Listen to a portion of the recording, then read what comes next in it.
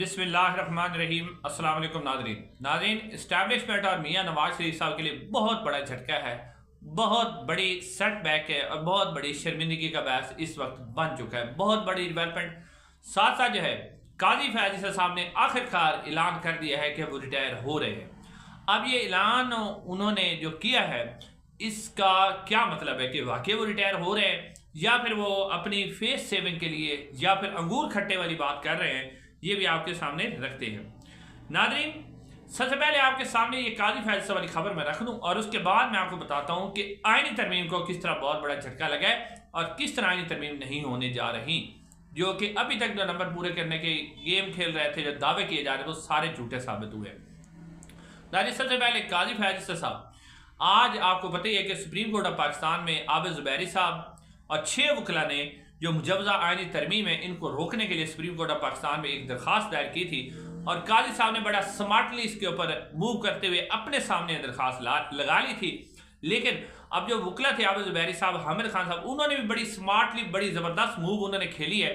ताकि किसी तरीके से काजी फैज साहब को इस जो दरखास्त है उसकी समाअत से रोका जा सके। उन्होंने आज जो ही केस की समाअत, केस कॉल ऑफ हुआ, उसकी समाअत शुरू हुई तो हामिद खान साहब रोस्टर पर गए और उन्होंने कहा कि जी हम ये दरखास्त वापस लेना चाहते हैं। काजी फैज साहब ने कहा कि आपके साथ कुछ और वकला भी थे, तो उन्होंने कहा जी जो 6 के 6 वकला उन्होंने मुझे वकील मुकर्रर किया था और मैं उनका वकील हूँ और मैं ये दरखास्त वापस लेना चाहता हूँ। काजी साहब ने कहा कि आप मेन अपील भी लेना चाहते हैं या इतराज़ात के खिलाफ जो दरखास्त है वो भी लेना चाहते हैं। तो आबिद ज़ुबैरी साहब साथ खड़े थे, उसके बाद हामिद खान ने उनसे सरगोशी की और उसके बाद उन्होंने कहा कि हम दोनों दरखास्तें वापस लेना चाह रहे हैं। नाज़रीन, अब जब ये दरखास्त ली गई वापस,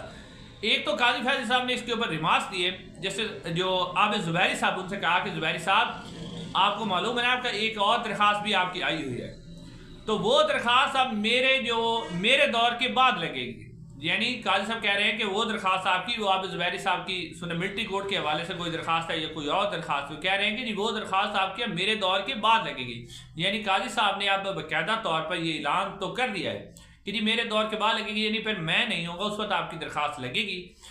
तो उसके बाद जो है एक तो ये दरखास्त जो वापस ली है, ये भी वकला ने बड़ी स्मार्ट गेम खेली है। उसकी बजाय कि अगर आज इसके ऊपर फैसला आ जाता या रिमार्क्स आ जाते तो जो हाई कोर्ट में इस मामले को चैलेंज किया गया है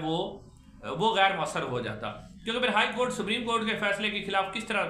दरखास्त वो फैसला दे सकती है। एक तो काजी साहब ने ये ऐलान किया और दूसरा जो है हाई कोर्ट को भी वकला ने बड़े स्मार्ट खेलते हुए हाई कोर्ट के अंदर जो दरखास्त है, जो खास तौर पर पेशावर हाई कोर्ट जिसकी समाअत कर रहा है, अब लगता है कि पेशावर हाई कोर्ट किसी नतीजे पर पहुंचेगा और अगर तरमीम हो जाती है तो उसके बाद भी पेशावर हाई कोर्ट उन्हें कलअदम करार दे सकती है। तो ये बड़ा अहम केस था जो हामिद खान साहब ने और वकला ने बड़ी स्मार्टली लड़ा। उन्हें पता था कि काजी फैज साहब जो है इस दरखास्त को खारिज कर देंगे और काजी साहब ने फिर इसके ऊपर कोई रिमार्क्स इस तरह के नहीं दिए और उन्होंने सिर्फ यही लिखा कि जी क्योंकि दरखास्त वापस ले लेगी लिहाजा खारिज की जाती है। अब काजी साहब ने जो ऐलान किया है, एक तो आप क्या कह सकते हैं कि काजी साहब रिटायरमेंट का ऐलान कर रहे हैं, या दूसरा वो ये कह रहे हैं कि अगर हुकूमत कोई आईनी तरमीम कर भी लेती है तो जी मैं तो तैयार था रिटायर होने के लिए, तो हुकूमत ने कर दी, वरना मेरा तो कोई इरादा नहीं था। लेकिन आज अब दूसरी तरफ जो है शायद काजी फैज साहब को मौलाना फजलुर रहमान साहब की जो रात वाली प्रेस कॉन्फ्रेंस थी जब नवाज शरीफ साहब के साथ गए थे, इधर से तो वो खुश गए थे, लेकिन जब वापस आए थे तो नवाज शरीफ साहब एक तो वापस उसमें शामिल ही नहीं थे। नवाज शरीफ साहब को इतना सदमा हुआ, वो चाह रहे थे कि मौलाना फजलुर रहमान मेरी बात मान लेते। नवाज शरीफ जो मौलाना फजलुर रहमान को सी ऑफ करने के लिए नवाज शरीफ साहब थे ही नहीं और वहाँ पर इसाक डार साहब मौजूद थे, नवाज शरीफ साहब नहीं आए। तो शायद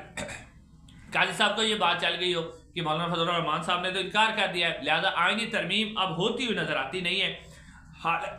हालांकि इसके ऊपर जो है ISI पूरा जोर लगा रही है। जिस तरह मैं जो जैन कुरैशी साहब की एहलिया को उठाया गया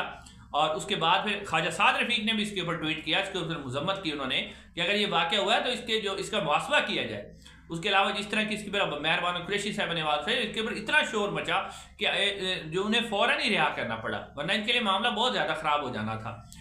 तो अब ये जो मामला हुआ है कि अब मौलाना फजलुर रहमान साहब जो है वो रात, अब आपने देखा कि उनका जो एक लहजा वो तलख होता जा रहा है, वो मजीद सख्त होते जा रहे हैं। मौलाना फजलुर रहमान साहब को ये पता चल गया कि ये मेरे बगैर हुकूमत आईनी तरमीम कर ही नहीं सकती, तो वो अपना अब मूड जो है मजीद सख्त करते जा रहे हैं। और उन्होंने रात भी कहा था कि आईनी तरमीम जो है ये हमारा मुसवदा है, इनका मुसवदा नहीं है। और उसके बाद उन्होंने कहा था कि मैं PTI से भी बात करूंगा और उसके बाद पहली बात है कि मौलाना फजल रहमान साहब जो है, जो कि इस्टेब्लिशमेंट और नवाज शरीफ चाह रहे हैं, एक तो नवाज शरीफ और इस्टेब्लिशमेंट चाहती है कि फौजी अदालतों का क्याम हो, क्योंकि जो इस्टेब्लिशमेंट है और नवाज शरीफ दोनों चाहते हैं कि हम पीटीआई का मुकाबला नहीं कर सकते, इनको वैसे ही खत्म कर दिया जाए, इमरान खान को भी फौजी ट्रायल कर लिया जाए, सारे पीटीआई का फौजी ट्रायल करके और इसको खत्म कर दिया जाए। ये पहली बात, मौलाना फजल रहमान इसके ऊपर नहीं माने। दूसरी बात जो थी वो ये थी कि जी जो पीटीआई है, दूसरी बात ये थी कि जो मौलाना फजल जो इस्टेब्लिशमेंट और नवाज शरीफ साहब चाहते हैं, वो चाहते हैं कि जी आईनी अदालत बन जाए, कि आईनी अदालत जब बन जाएगी हमारा अपना काजी आ जाएगा और उसके साथ जो है फिर जो भी कोई मामला होगा, पीटीआई पे पाबंदी लगाना है या और कोई मामला है तो वो हम इसको कर लेंगे आईनी अदालत में। फिर सारे मामला, क्योंकि फिर काजी फैज ईसा साहब को चाहते हैं नवाज शरीफ साहब और इस्टेब्लिशमेंट भी शायद चाहती है। कुछ लोग कहते हैं कि इस्टेब्लिशमेंट की ख्वाहिश नहीं, लेकिन नवाज शरीफ साहब वो चाहते हैं, क्योंकि काजी फैज साहब अगर होंगे तो आईनी अदालत में फिर नवाज शरीफ साहब के लिए आसानी होगी, इस्टेब्लिशमेंट के लिए आसानी होगी। तो मौलाना फजल रहमान इस बात पर भी माने। और तीसरी बात जो थी वो जो नून लीग एस्टेब्लिशमेंट चाहती है कि 5 जजेस का पैनल बनाया जाए और उसमें से चीफ जस्टिस ऑफ पाकिस्तान जो है वो मुंतखब किया जाए। लेकिन मौलाना फजल रहमान साहब, एक तो मौलाना फजल रहमान साहब इस बात पर भी अड़े हुए हैं कि ये जो आईनी तरमीम है 25 अक्टूबर के बाद होगी, और अब हुकूमत को भी पता चल गया कि 25 अक्टूबर तक होने वाली नहीं है। उसकी वजह यह कि आज जो काबीना का इजलास होना था जिसमें आईनी तरमीम का मुसव्वदा जा रहा था, उसके बाद असम्बली में जाना था, वो इजलास आज नहीं हो रहा, हुकूमत ने वो इजलास भी कॉल ऑफ कर दिया है। लिहाजा मौलाना फजल रहमान के इनकार के बाद अब इनके पास कोई चांस नहीं है आईनी तरमीम करने का। अब मौलाना फजल रहमान साहब जो है वो एक तो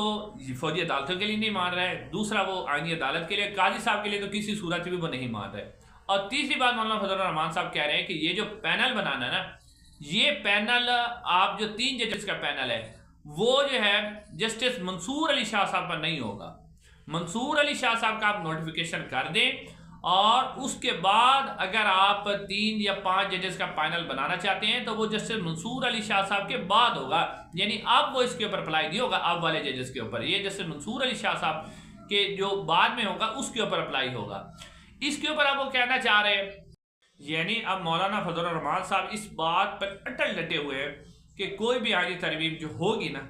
वो उसका इतलाक बाद वाले चीफ जस्टिस पर होगा, यानी ये जो जस्टिस मंसूर अली शाह साहब है ना, इनके ऊपर इसका इतलाक नहीं होगा। मौलाना फजल रहमान इसके ऊपर मुकम्मल तौर पर कमिटेड है, वो बिल्कुल नहीं चाह रहे कि मंसूर अली शाह साहब का नोटिफिकेशन ना हो, वो चाह रहे हैं कि पहले मंसूर अली शाह साहब का नोटिफिकेशन हो और उसके बाद जो आईनी तरमीम का मामला होगा। तो अब मुकम्मल तौर पर जो नून लीग है एस्टेब्लिशमेंट, उनके लिए मुकम्मल नाकामी है, और आईनी तरमीम का जो इजलास बुलाया गया था ये फजूल है, इसमें कोई आईनी तरमीम होने का किसी किस्म का कोई चांस नहीं है। इंशाल्लाह अगले वीडियो में मुलाकात होगी।